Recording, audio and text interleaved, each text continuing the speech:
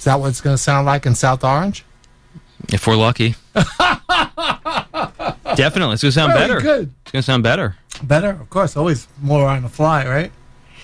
Well, we've played the tunes a lot. Okay. Since you guys keep then. Pretty busy, right? I get your emails all the time? Yep. It's not easy. What we're trying to do, here's my vision for my life, is that I'm trying to recreate... And it will be for life, I'm sure. Right. We're trying to recreate the Chitlin circuit. Are you really? Yeah, of course. Why not? That's the learning by doing it, for one, learning by having gigs, and learning from the masters. We have a great opportunity. And this record is a tribute to the masters that we get to play with. So Alan and I kind of see ourselves as sort of the new kids on the block. For sure. Just trying to keep our noses clean. That wouldn't take much these days, right? I mean, yeah. There aren't a lot of new kids on the block, right? Right. Yeah, I feel like we're young, but we're given a lot of great opportunities. We have opportunities to play with some great people, and we're getting, a little slice of the pie. We're getting the respect from a lot of people, especially in New Jersey, who I really admire immensely. And you're not a Jersey guy originally, right? I am from Hudson, New York. Okay. So I'm from upstate. Okay. Find out more at IronCityJazz.com. IronCity.nyc. Oh, I'm reading here. That's an old one. That's an old one.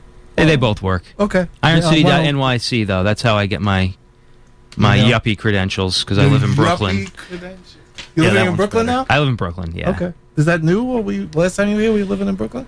I've been there now for 4 years. Okay. Okay, that's about the time you were here, right? Yeah, I've been here. I've come in twice so far. So This is my third visit. Yeah, 3 times. 3 strikes, you're out. Oh boy. Oh no. Third time's a charm. That's the way to do it. Charlie Apicella, they're going to be appearing this next weekend on the 19th, Sunday, at South Orange, New Jersey. Jazz in the Loft. Well, can you tell me about Jazz in the Loft? I'm not that familiar. This is a very nice achievement, I feel like, for us to have this opportunity. This year's series featured Dave Stryker, Nat Adderley Jr. Wow. There was a Latin group, I can't recall the name of the band leader. Last year, Bob DeVoe did it. Oscar Perez, a great piano player from New Jersey. A colleague of mine when I was teaching a couple years ago at Jazz House Kids in Montclair. And so for us to get the opportunity to do a concert series of this high profile and with these great masters is really a great vote of confidence for us, and it's a great opportunity. I said to you when you came in, I mean, you're one of the guys, especially on the younger guys. You've taken the traditional route, which is unusual for folks your age group, right? Yeah. I mean, everything's like downloads and whatever, and I'm sure you're doing all of that, but you're also taking the traditional route of getting CDs out there, bringing in guys like Igo and stuff like that. These are not part of the new crew. Or the new way of doing things, or the newer way of doing things. And correct me where I'm wrong, Charlie, please. I think that it does go all the way back to the beginning. If we really think about the most successful person in the jazz and American music community, Duke Ellington. Duke Ellington was well known as having, he had his own publishing company. He would write compositions and then publish them as sheet music. So he learned how to have, at that time, in the 1930s, 1940s. The wolves at bay, right? Well, he just had a lot of revenue streams. So he tried to own as much of his work as possible in order to make money off of it, in order to keep the band working, and so forth. So we have a good opportunity nowadays to do a lot with the internet, because the internet allows you to sell directly to people. Your overhead is pretty low. Yep. You don't have to have any physical CDs to sell to people. So there's different ways to make money on doing this, and you just kind of have to do your homework every couple months, stay on top of the trends. When you do the live gigs, though, I'm sure the physical product goes out the door, right? Yes, people want to buy the CDs. We always autograph them. Yeah, of course, yeah. I have 3 records now, so I made a little sign, 3 for $50. All right. And people buy. Don't mention prices, please. They don't like, they don't like. Okay. It's much go rated. Yeah, no dollar figures. No. So that the CDs are definitely not only that, but guys like you at radio stations, they're never going to want downloads. No. A radio station needs a physical CD to rip. Yeah, well, to do, I'm looking at you right now. You have stacks of them right now. You can see the spine I like and to stuff. keep it old school. I really exactly. Because I read the liner notes and exactly. And I'm trained and conditioned. Yep. At 63, I'm not going to be changing anytime soon. I have students, man. I have young students who are in high school now, the same age I was when I started, and this one student is complaining to me about how he doesn't have enough opportunity to learn about who is on a record. What other records is that person on to read liner notes? Because when you download from iTunes, you don't get any of that. Yeah, no, not from iTunes. Other places, yes. Right? You can find it, but it's not the same as when you go to a record store. Like picking it up when you bring it home and you read it. Part of the allure of the LP coming back a little bit, right? People are buying vinyl. I know, new and old. Disc makers is now disc makers is where if you make your own records, where you make your own CDs, you go through them and they provide the manufacturing. They have just now in the last 2 months started manufacturing vinyl again. Crazy stories about that, and crazy in a good way. It's kind of refreshing to watch happen as a phenomenon, of course, but it's really wild. I mean, but the other thing is, and I just read something that a company in Germany is actually making new vinyl stampers because the problem was, supposedly very high end. Of course, the Germans would not going to do it cheap. That's for sure. Right. Make sure it's going to be technically sound and you will like it. And in any event, they. What the problem was is that when vinyl started to make a resurgence, from what I've read, and I've read it more than 10 times now, is that they couldn't keep up for the demand, even the minimal demand, because there were a lot of the companies that were making vinyl were buying up the old machines from the 70s and 80s, and God knows how old. So keeping them in service, asking people to come out of their retirement that knew how to repair them, to do all this kind of stuff. It's really bizarre. I mean, that's like deeper in the background, but it's something that you have to be aware of when you get into this business. I only buy vinyl. Oh, really? I would be printing all my records on vinyl if it weren't still so expensive. Yeah, of course. It's 10 times the cost to produce one record on vinyl than it is to do one CD. So it's impractical for what I'm doing right now.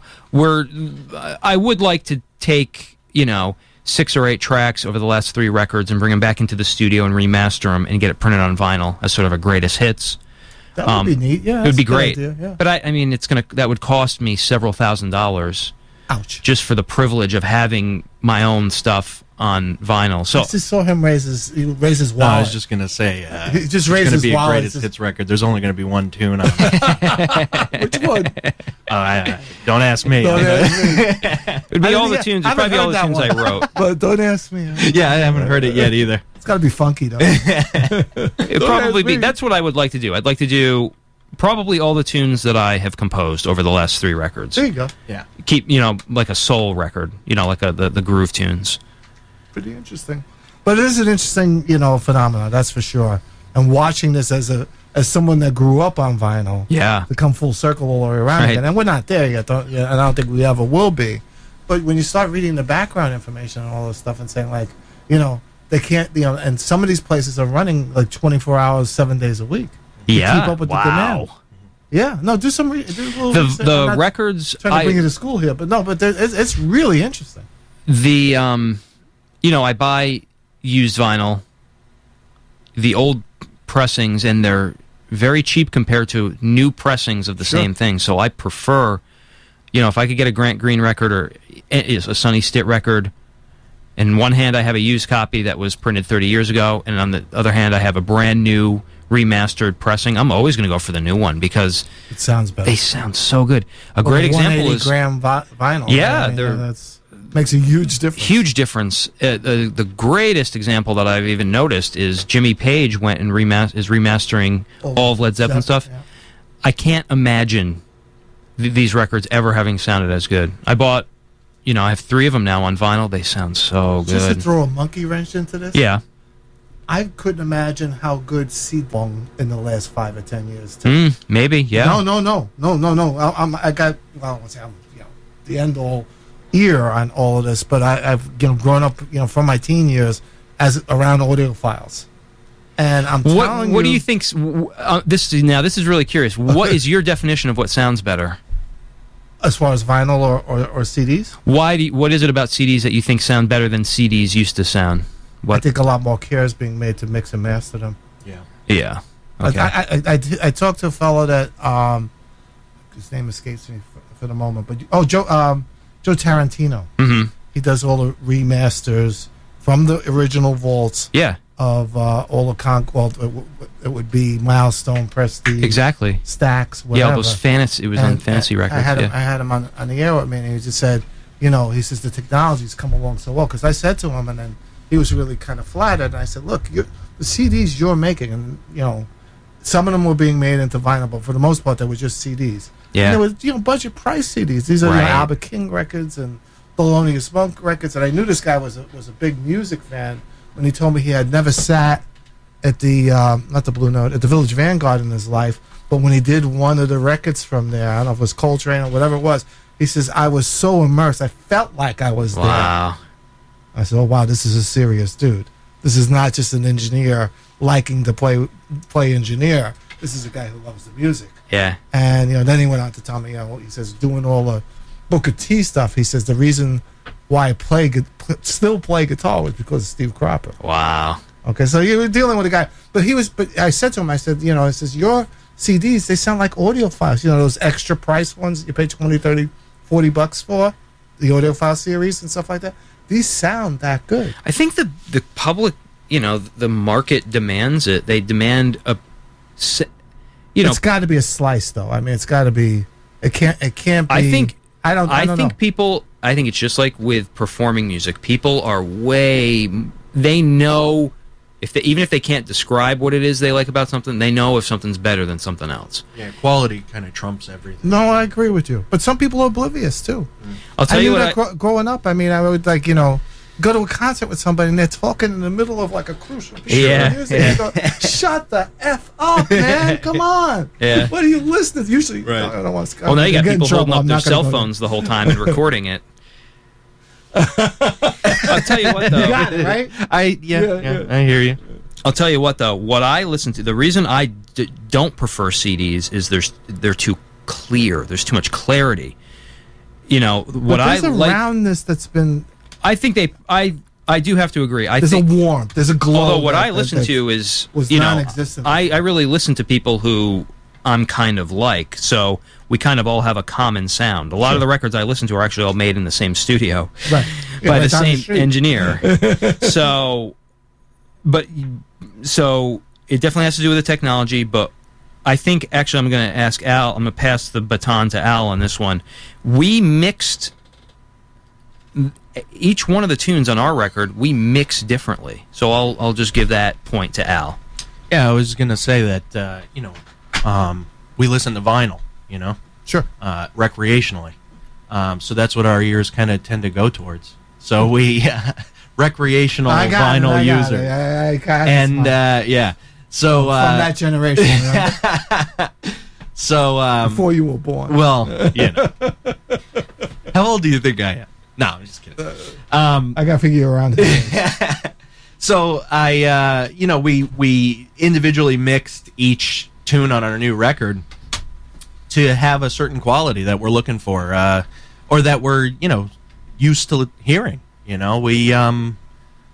We spent a lot of time on the drums. A couple of the tunes on our record, Idris and Spoonful, we mixed the drums in mono.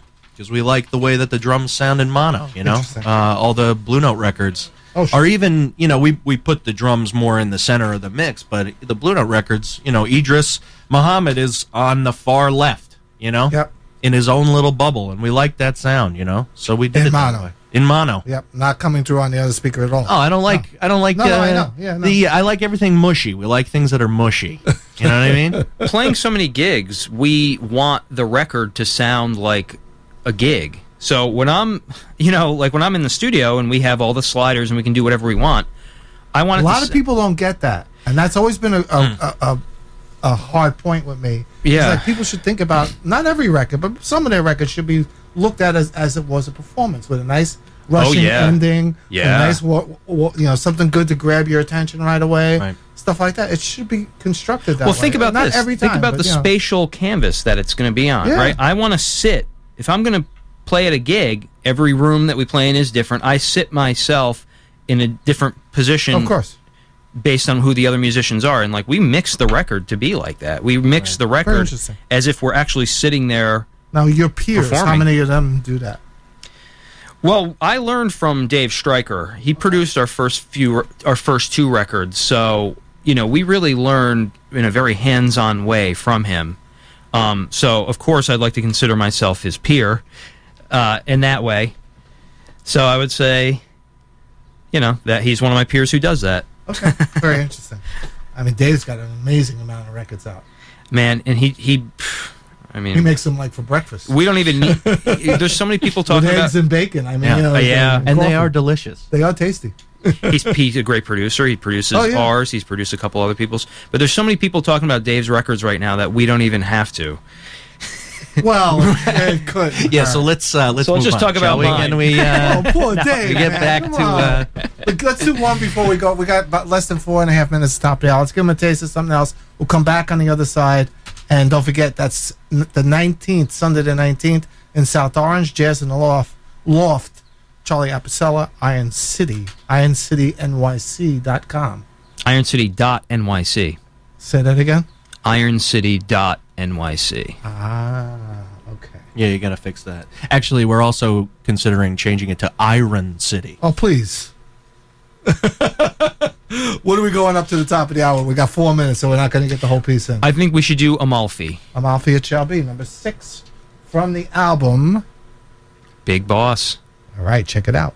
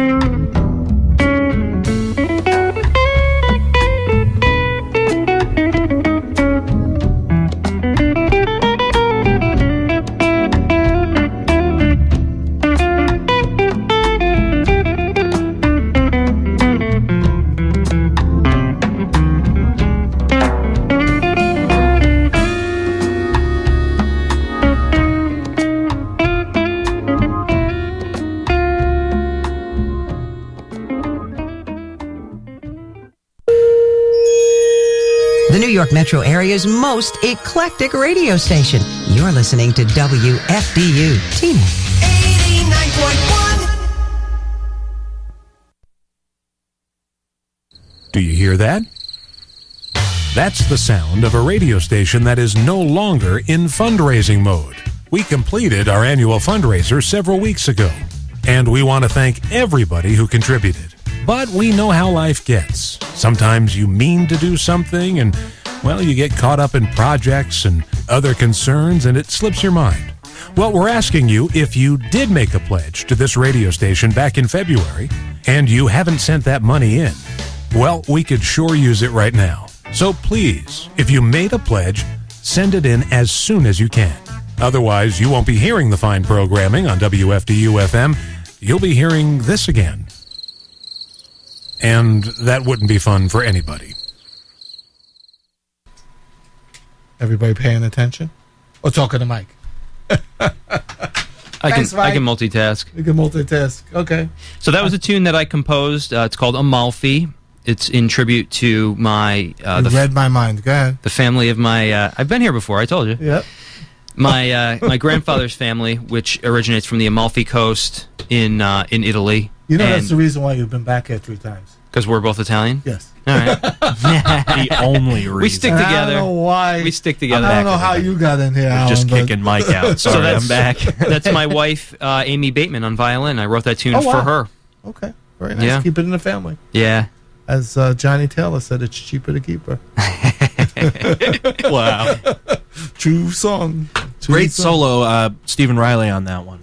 Okay. You can really get a nice hear for his sound. The tenor was good, yes. Beautiful Very sound. old school, I might add. Yeah. Very good. Thank you for pointing that out, Alan. Yeah, no, anytime. That's what I'm here for.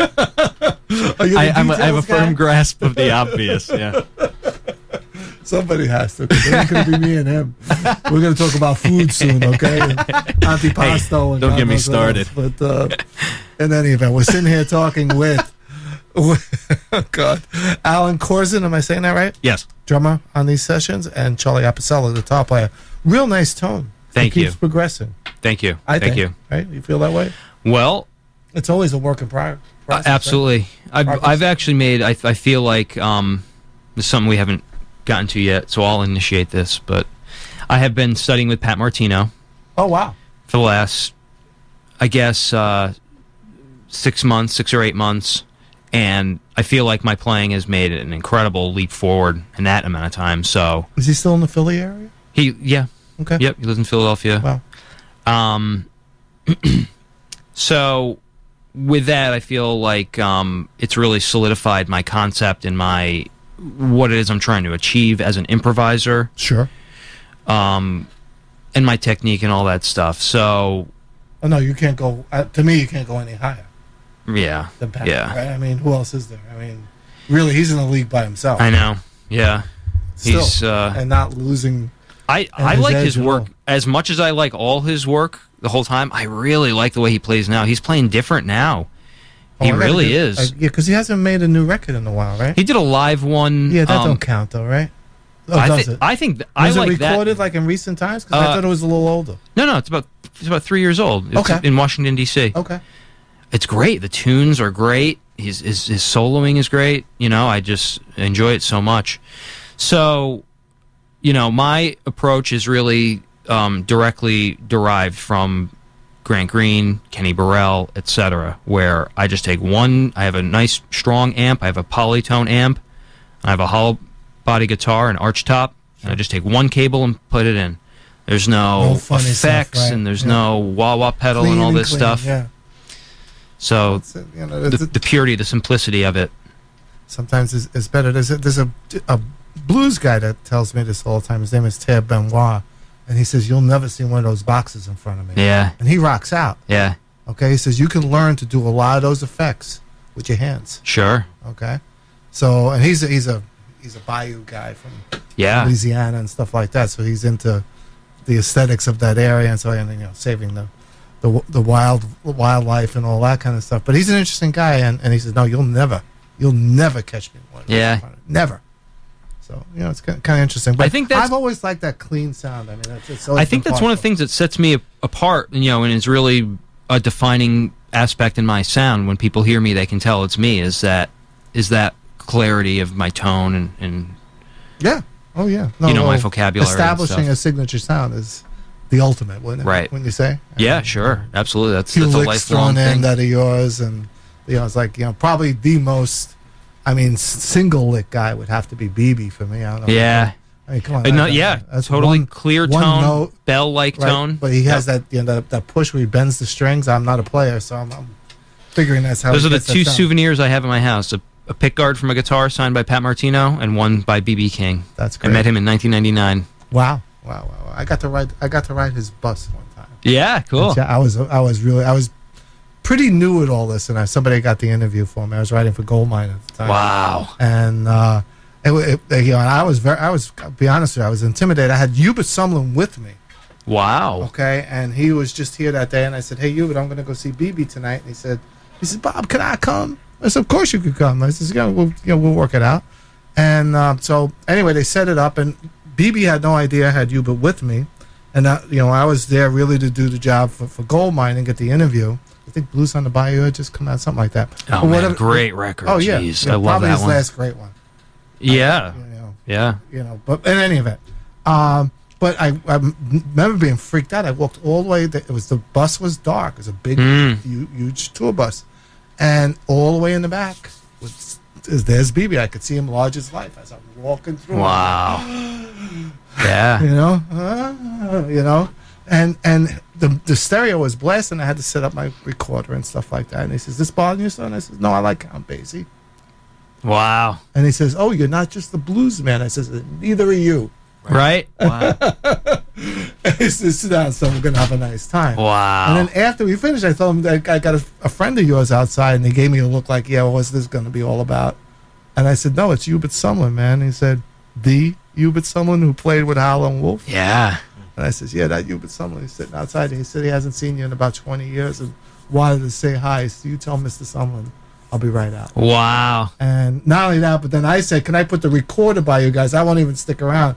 And you talk away, and I'd like maybe to transcribe something." He says, "Put the recorder off, sit down and sit with us." Wow. BB says. Wow. He says, "You know what we're going to talk about? What medications we're taking. Right, sure. How our ex-girlfriends, wives, family members, and whatever they're going to be. And there isn't going to be this historical thing that you probably suspect that's going to go down." Right. And sure enough, he was right. Right, You know, right. How you been? How you making pay? Making ends meet? You're doing this thing. It was nothing. Yeah. Nothing that was like, remember the time that we were. No, nothing at all. Behind like the that. curtain, It was right? more caring for each other. Sure. Which was kind of neat to Well, see. there you go, right there. That the first tune that you selected to play here for us was Sure. Spoonful. Yeah. Oh yeah, Willie. That is obviously a Howlin' Wolf tune. Oh yeah. But the arrangement that I wrote for it is based on B.B. King. With the horn shout in the beginning, I added a chord progression. The original tune is just a vamp. Okay. The Willie Dixon composition is just a one-chord vamp. So I added this whole chord progression, and I wrote a B.B. King, these blasting horn lines. In the way I play the melody, I was thinking about B.B. I'd never forget I don't want to get too far off this. We're speaking with Charlie Apicella, and I just want to remind you that the gig is coming up a week from this coming Sunday on the 19th from 7 to 9 p.m. It's the South Orange Performing Arts Center, SOPAC, better known as Jazz in the Loft, and reasonably priced. We can't say the price.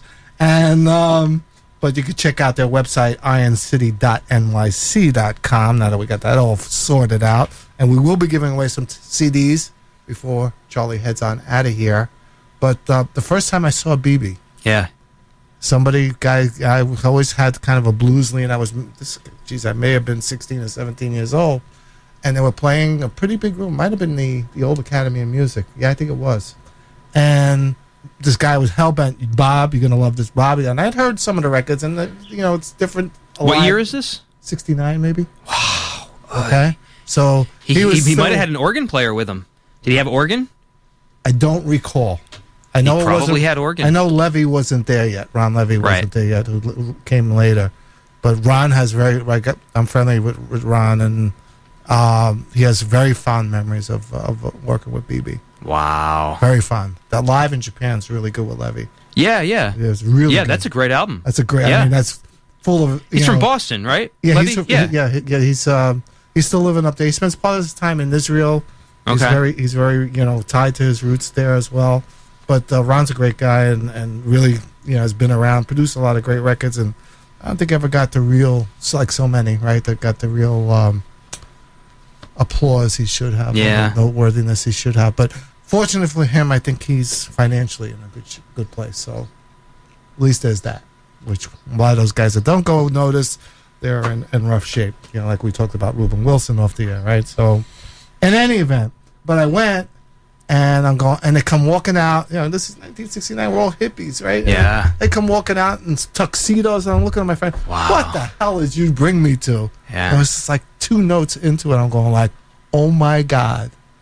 I was just like, I was done. I was like, think about this. BB became God, like in like 13 seconds. It's like the whole band actually. Well, that presence that he's playing blues, but he's going on stage with a tuxedo, right? That's another aspect of persona. My really? My approach is that you're not going to see me going on stage with a black t-shirt and jeans. I think that there's not a like the certain Grateful level. Dead or anything like that. No. Well, there's there's even jazz musicians who do that, and guitar players especially, and that really rubs me the wrong way. That Interesting. Lack of you too. decorum. Oh yeah, absolutely. Okay. So the whole band, I mean, you'll does see the us whole shtick on like the this. 19th. And I don't mean to say shtick, but No, it's not a shtick. Right, no. On the 19th, we'll be wearing tuxedos.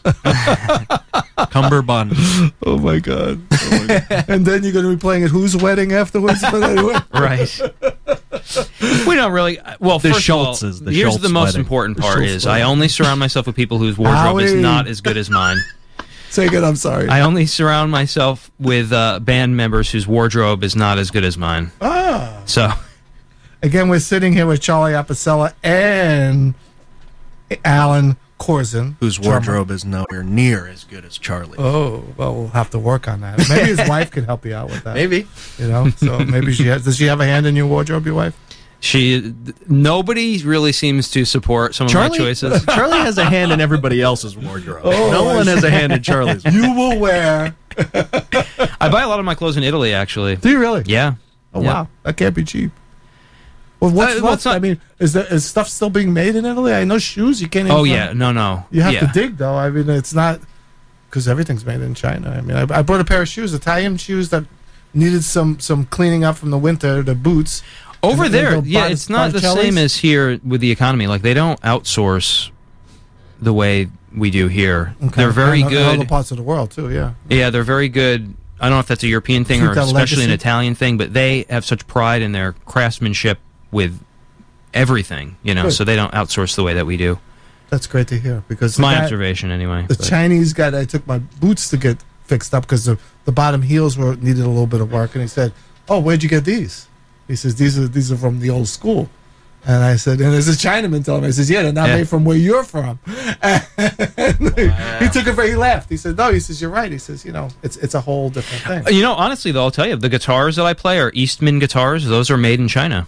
Okay. So their level of craftsmanship has gone way up. Okay. For Good to hear. especially with high end items like that. So the advantage of a guitar like that is that the labor is cheap, which Sure. is unfortunate for a lot of our standards. Oh, God.